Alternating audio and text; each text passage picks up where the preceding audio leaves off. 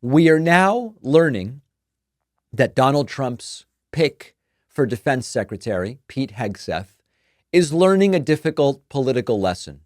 Just because you do a 180 and pledge complete and total unflinching loyalty to Donald Trump, that still doesn't guarantee that you are going to smoothly sail into the position you've been nominated for. We now have the allegations of drinking, mistreatment of women, chanting, what was it, kill all Muslims at a bar, financial mismanagement of the organizations he was involved with. It has left the Hegseth nomination hanging by a thread. And we now are getting into the math of it, because at the end of the day, he needs votes to get confirmed. It's not up to Trump, it's up to the Senate, and really it's up to Republicans in the Senate. We are now learning that as many as 6 Republican senators are having doubts about Pete Hegseth. And without those 6, this nomination is dead in the water.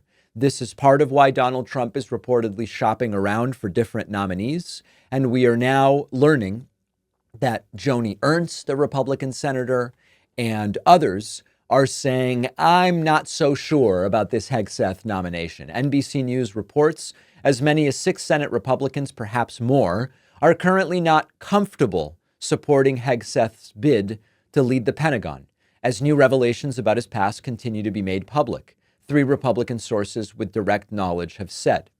Given Republicans' slim Senate majority in the next Congress, Hegseth can afford to lose only 3 GOP votes, assuming all Democrats vote against him. Senator Joni Ernst on the Armed Services Committee would not commit to supporting him.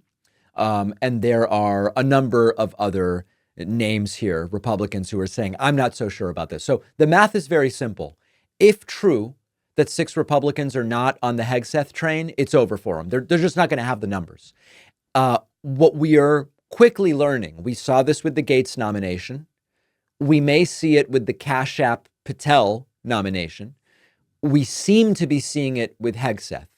Trump's cabinet picks reflect very different values than what you or I might sort of consider if we were making selections. It's not about qualifications. It's not about a positive vision for America and how you would use your appointment nomination to carry that out. It's about loyalty as defined by Trump.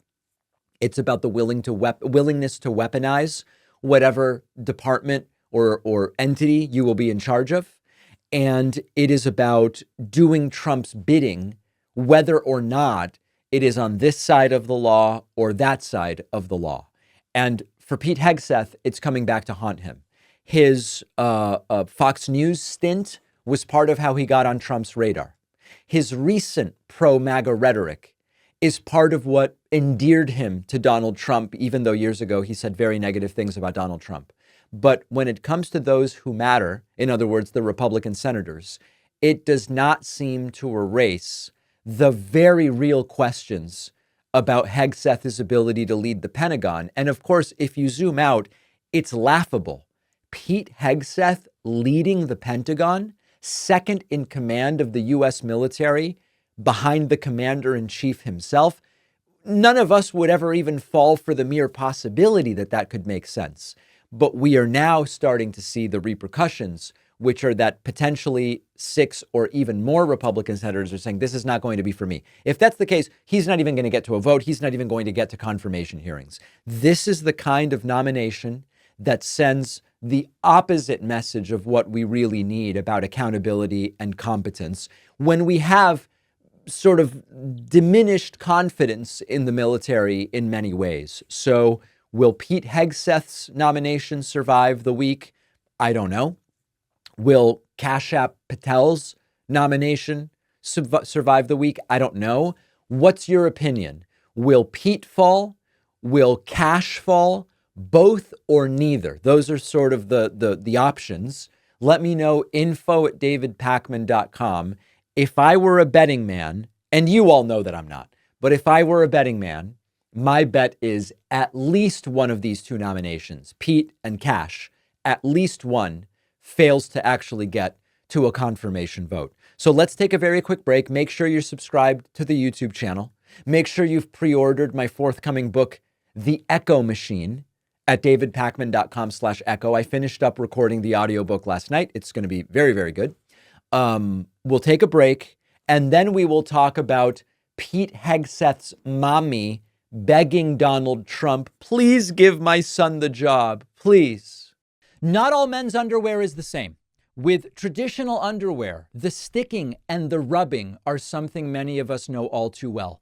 But our sponsor, Sheath Underwear, puts it to an end once and for all. Sheath Underwear is ultralight and breathable. You can barely tell it's there. But importantly, Sheath is uniquely designed with 2 pouches in the front that separate everything out, giving you an extra confidence boost throughout the day.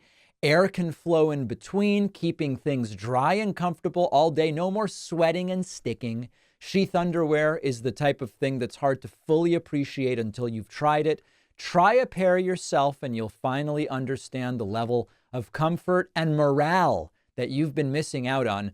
They come in a bunch of different designs. They have something for everybody. The quality is amazing, super long lasting, unlike the underwear you currently use, which you might have to replace every 6 months. Sheath is giving my audience 20% off with the code PAKMAN. Go to sheathunderwear.com/PAKMAN. The link is down below.